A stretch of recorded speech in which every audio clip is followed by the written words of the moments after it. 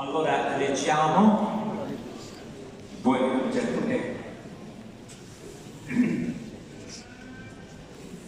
ne approfitto per dirvi,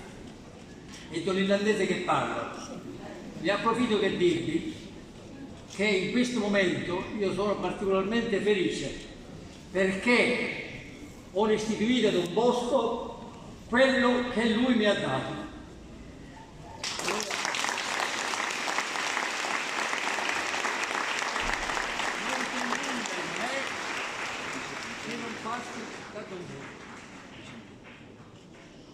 E sono felice di questo perché io di Don Bosco sono innamorato e mi ha fatto piacere sentire il vescovo venire a trovarmi a casa mia a Barcellona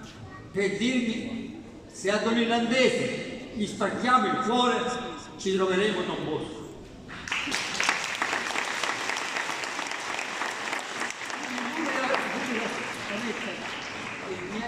Non sapevo che fare e giustamente qui il direttore l'ha detto, una scritta meravigliosa, devo congratularmi con Don Russo che l'ha scritto, Don Russo che è stato chiaro quando io ero consigliere scolastico, immaginarsi, quindi quanto l'amicizia. La voglio leggere io. Nel primo centenario della presenza salesiana a Barcellona, Porto di Gotto, Messina, presente Sua Eccellenza Reverendissima Monsignor Giovanni Accolta, che mi ha fatto penare per tanto tempo,